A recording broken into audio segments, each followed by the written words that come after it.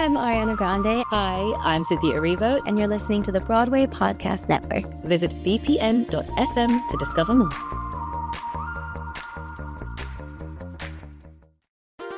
There's a cat over here. There's a cat over there. And the wrong one died. And the wrong one died.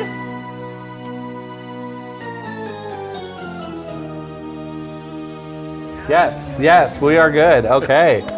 All right. Welcome, everybody. Welcome to Live at BroadwayCon. This is the Wrong Cat Died, the podcast breaking down the catastrophe.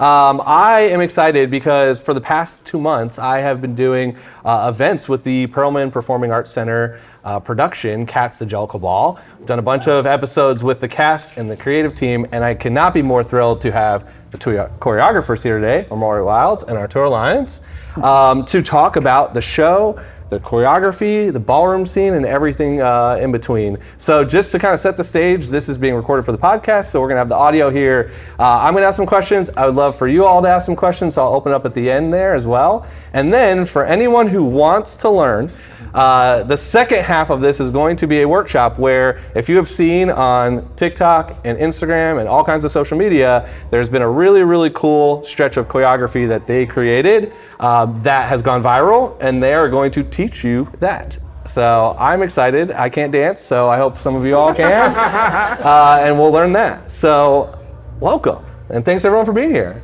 Thank you guys for being here.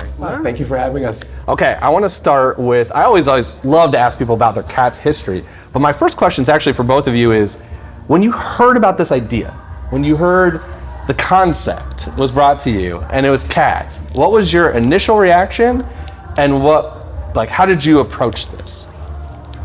Well, when Bill came to me with Josie, who is the gender consultant, dramaturgic consultant as well too, when they brought this idea to me, at first I was shocked because I did not think that. Why would we want to? Why we would want to change it up? I am a Cats fan as well too, so I was like, why would we want to change it up? In what way could we even reimagine it? And then as a choreographer, as a dancer, I'm like, how am I going to make something that is so beautifully danced better? Right, or to even match to that. So it was really a shock. But then again, in the show, in the musical itself, it being a ball, that is what made sense. So it had to be called Cats the Jellicle Ball in order for us to really be able to focus the energy of that world into this one room, which would be the ball. Awesome. What about you? What was your first reaction when you heard about this? Shocked, because Omari called me and said, hey, we need another choreographer. You want to do it? And I'm like, hell yes. So, I mean, of course we all seen Cats before, but to put our own spin on it, it just got my brain going crazy. And like, how can we do this? This is gonna be fun. Yeah. So yeah. How much did you know about Cats? You said you're fans. Was it a show you'd seen a bunch, or was it you know Cats the way everybody knows Cats because it's been around for 40 plus years? Well, I haven't seen it live. I had a VHS. Okay, 1998 movie. Yeah. Okay, so you knew that. Did you dance it growing up, or did you? No, just for me, it was more of the costumes and the theatrics and the lights. I'm a big fan of those things. Okay. Loves the production. Loves to put on a production. For me, I mean, growing up in New York City, a lot of the public schools, they would take us out on field trips.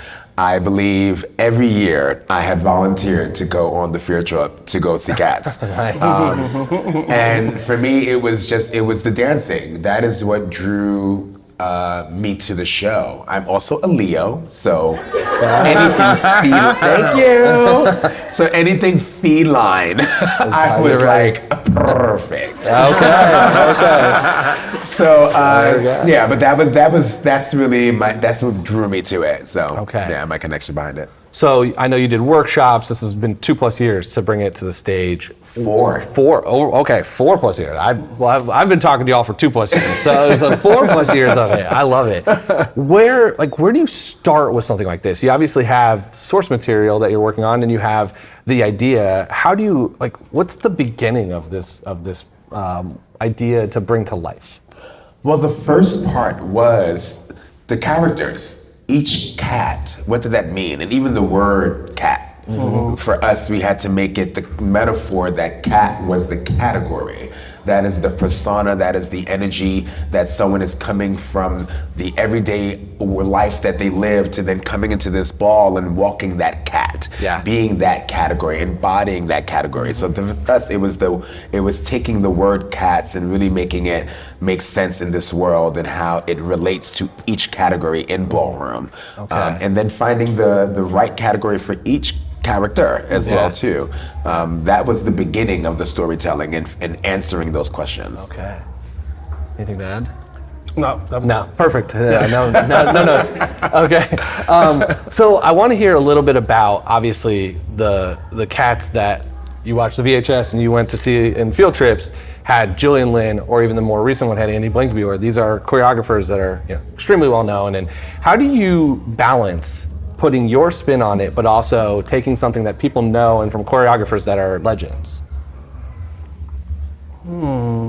I think just being truthful and honest to the score, because a lot of the score isn't changed. It's just some undertones under it. So we didn't change that, so it felt authentic to the show, and put our own spin on it choreography-wise. Yeah. Okay. Yeah, I mean, we wanted to give an O to the original form as well too, and a respect to it, but we also wanted to show how much technique is in voguing and how much technique is in the way that we express ourselves in this community, in the queer community.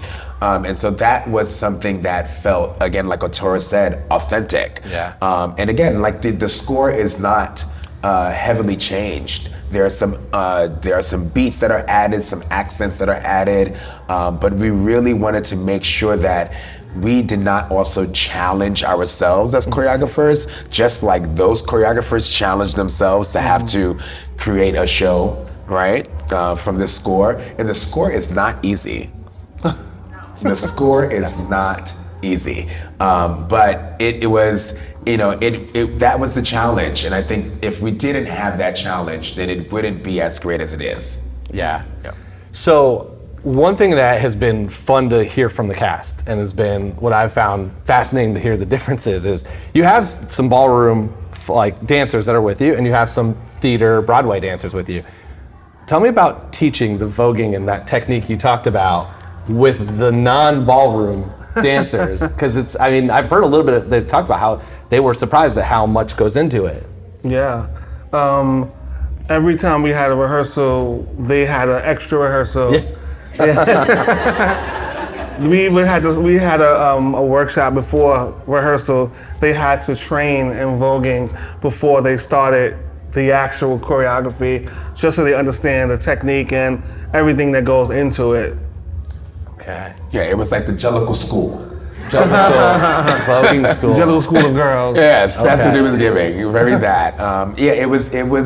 It was not also, just like any actor, they have to, it's method acting, right? You have to be a part of it. You can't just say, oh, here's my character, here's the role, be it. So, myself, Arturo, and our assistant, Shireen Rahimi, together we made sure that they had the right information and training to be able to do it, especially with the time that we were given as well too. It was like, all right, we have this much information, but we have to find a way to teach it to you that also feels authentic and real for you. So then when you are acting, when you are dancing, it doesn't feel forced. And not everyone in the show needed to be a perfect voguer or a perfect dancer, but you needed to be able to understand the groove, the theatrics, the drama, right, of it. You needed to be able to embody what that was. So it was beautiful to see the marriage of both worlds. Yeah. So that's, I think, a great segue into the next question, which is we're at BroadwayCon. So this is a group of people more on the Broadway, I would assume, side of things and the ballroom side of things. So what do you hope people learn about the ballroom community, or do they need to know about the ballroom community when they go see this? If they have opportunity to still go see it, it's still running here, or you've seen it. What's kind of the hope with the ballroom? Like, what's this audience need to know from the ballroom culture to enhance and amplify the experience? Well, I can tell you this. The directors, Jalen and Bill, and the creative team have done such a great job that you don't even have to have much knowledge to come into the Jellicle Ball to know what's going on. We have really painted out the picture very clear, whether it is through the music, through the costume, through the storyline, through the projections that you see on the wall as well too. But I always do encourage people to do your research a little bit, you know what I'm saying, and look into ballroom culture, documentaries like Paris is Burning, or How Do I Look, or the Kiki documentary, or just going on YouTube and watching some of the balls that you see. I think, again, you don't need a dictionary in front of you, but you need to be open to the feeling. You need to be open to how these actors really express themselves and how they're capturing ballroom. Because again, like at a ball, we wouldn't just burst out into song and dance, right? But in this world, I feel like those moments of bursting out to song and dance is also this imagination world that exists in all of us. You know how many days and how many times I walk down the block thinking and dancing to my own theme song? You know what I'm saying? Like that happens. I'm not gonna sit and sing out to the world, but in my heart, in my mind, I feel like that's what musical theater does and allows us to do. Yeah. I think once you are open, as you come in, you will leave feeling free, because the show allows so much to come into you, and you'll leave feeling Jellicle. Okay. You'll leave feeling like, oh wow, now I need to go to a real ball. Because if this isn't any indication of what it's like, I need to go. Yeah. By show of hands, I see some playbills. Who's seen this production yet? Most. All right. Come on, y'all. There you go. Okay. Then I definitely gotta make sure we leave time for questions. So let me ask you some rapid fire, and then we're gonna open it up to you all. I want to hear questions from the audience. So, so if you could play one cat, who do you want to go on as? Rapid fire, McCavity. McCavity, yeah, okay. Our McCavity. Yeah.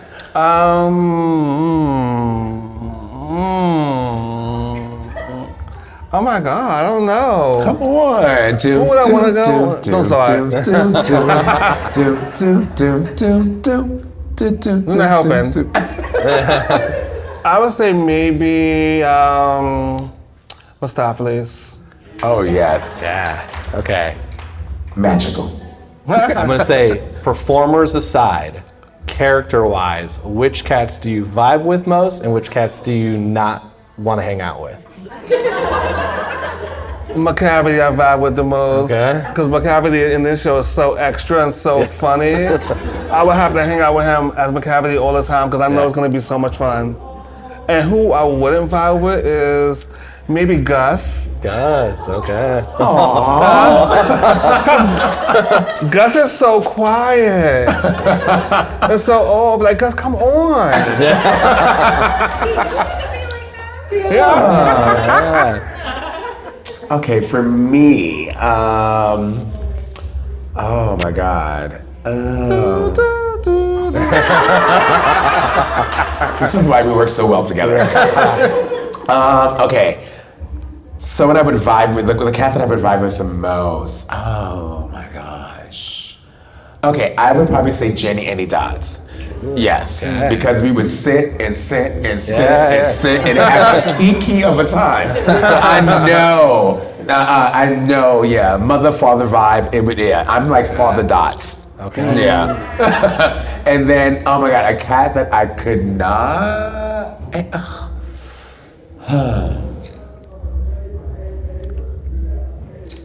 Okay. See? It is kind of that's hard, right? Okay, maybe a Cassandra. Oh, that's Maybe a Cassandra. That's a lot of energy. It's a lot of energy. I feel like we'll be battling each other all the time. Like, girl, no, I won. No, girl, you won. No, girl, I won. Right? It would be an all-day competition. I think, like, and then again, like I said, I'm a Leo.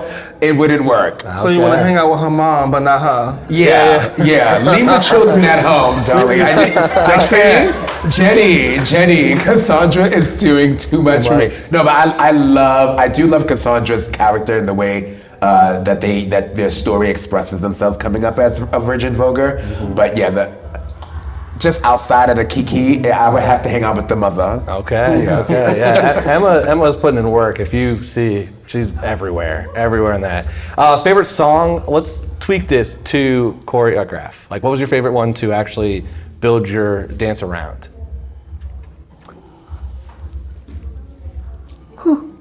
I would say Victoria solo. Okay. Yes.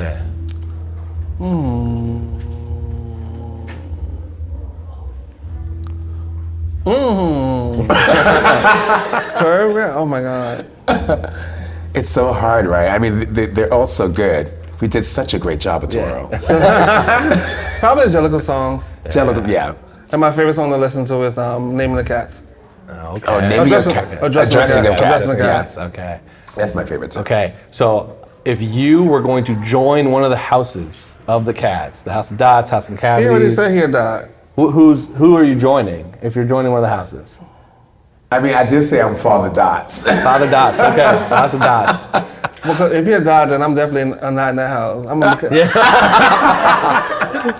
with McCavity. You're with McCavity? Yeah. If you, I know you have your own house in real life. If you were going to recruit a cat for your house, which cat are you recruiting He for? already did. have. See? Oh, yeah. Okay. He recruit a couple of cats. I have done my recruiting over the time. It's only right. So yes, I have recruited a couple of cats. Okay. But I can't reveal them because they haven't debuted yet. Oh, okay. When is that happening? Yeah. When is that happening?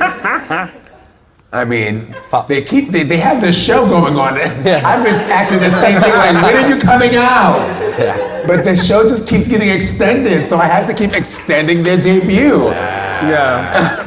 It's like, oh my God. But no, I do. But I will say this, and you would have to guess, but there are 3 cats that have been recruited within the House of Orici. And then there is 1 cat, the DJ, actually, Capital Chaos. He is in the House of Orici and is one of the music engineers within the House of Orici. So he's already one of my children, but there are 3 that I have been able to recruit. Follow on social media and we'll see him eventually. Who are you recruiting? I don't know. Omari already snatched everybody. Yeah. For sure. Okay. Omari recruited everybody. No, I didn't. I got. They're all so good. Trust me, guys. Amari said, "Hey, you want to be in a retreat?" Yeah. He's probably gonna say this to some of you guys here tonight. Yeah. I'm watching. Yeah. That's what the workshop's about. Yes. It's an audition. It's Actually, audition. It's an audition. Okay. Before we open audience questions, my thesis for this podcast has been I don't think Grisbell is the right Jellicle choice. So I think your production has made that argument a lot harder. But I want to ask you, if you are making a Jellicle choice, who are you picking and why?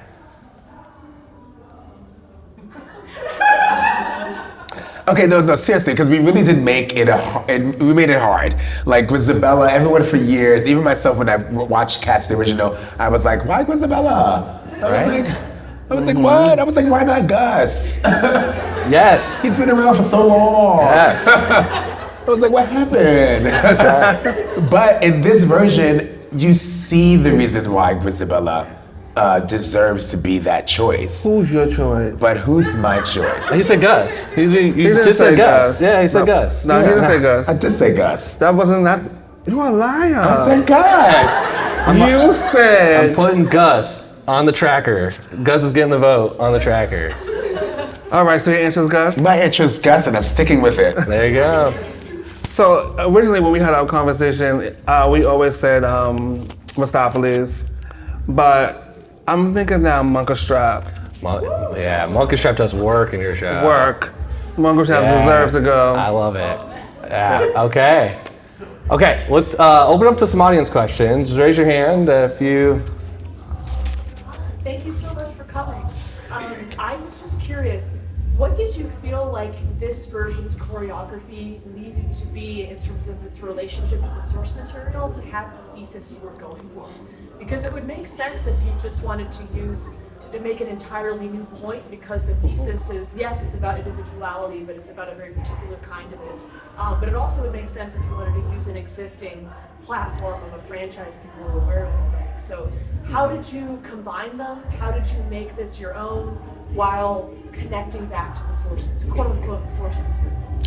Well, when I look back at the choreography, original choreography, there's so much hip gyration going on. It just was like, okay, well, we got that in catwalks, we got that in ballroom. Let your hips do the talking, let your legs do the walking. So it made sense to think about the choreography being queer in the nightlife of what that is. And if a ball happens in the middle of the night into the wee hours of the morning, then that feeling felt right. There was a lot of disco influence as well too, because of the era of ballroom that we were kind of depicting as well. So it was that connection, and that seeing that in the original, it felt right to be able to do that, as well as some street jazz components, because there was a lot of jazz influence within the original as well too. So I think that was the way that we interpret how we can bring both worlds together and still not stray far away, but to make it hit at home still and feel at home. Yeah, I think, I think, like I was saying, trying to stay as original to the score as possible. So when we do add voguing to the score, it's not so far-fetched to be like, well, what is this? Is this new? Is this cats or dogs? Yeah. All right. Hi. So one of the things I love the most about this production of Cats were not just your choreography, but the costumes by Queen Jean. Mm-hmm. Could you talk a little bit about how the costumes in some ways impact the choreography and the costumes kind of work together? With those, how your collaboration with Queen Jean work together in some ways? Like Omari was saying, when we came up with the categories for each particular character, we had mood boards, and Queen and her team created what she thought the character would represent fashion-wise for the category. And then once we had the choreography, we had to go back and be like, Queen, this is not gonna work. She cannot spin and dip with a 6-inch wig. Yeah. Yeah, it was definitely having to constantly go back to the mood board and see what worked, what couldn't work, or what we needed to add to it to make it work. But I think that happens all the time in theater and dance. We have to adjust or pick a different fabric in order to be able to have the elasticity or stretch that we needed to have. But Queen Jean and her team did an amazing job just picking out keeping the colors bright, keeping that as well too, but also still having those feline nuances throughout the costume design as well too, which made it easy for us to be able to play into their characters more when it came to dancing into choreography.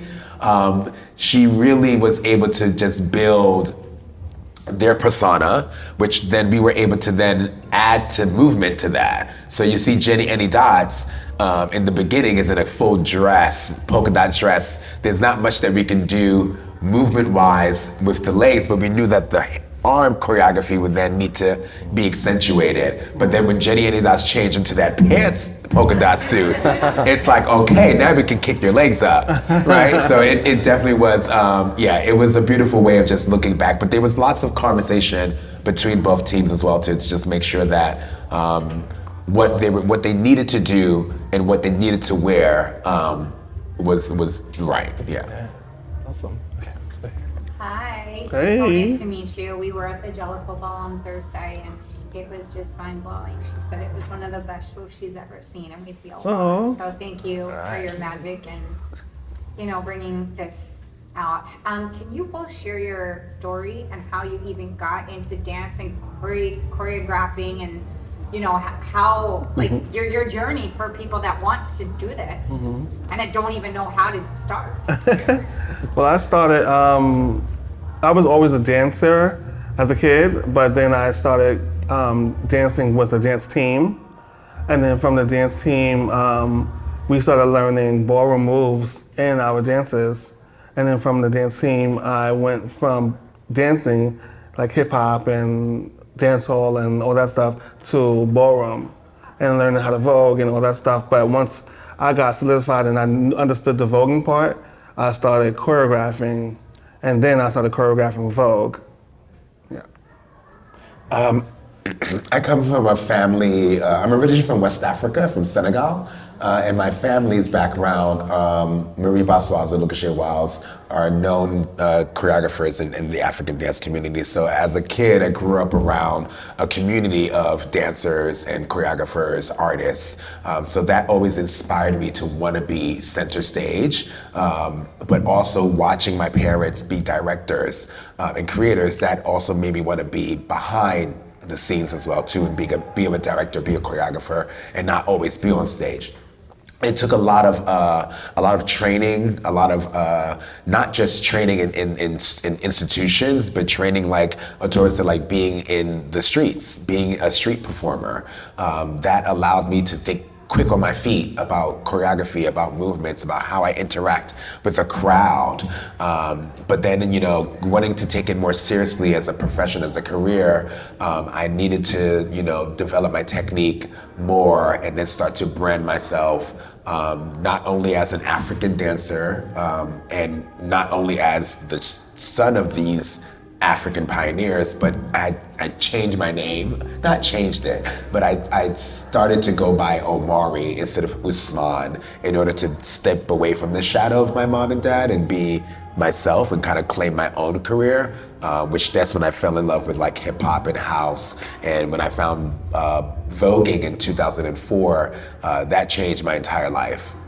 It made me more confident and more sure of who I am, the many sides of me, and then that's what kind of gave me the inspiration and the force to push forward within this career. And how did you get your first break? Like your first big thing, like professional? You just said yours, I said that. Like who found you? Well,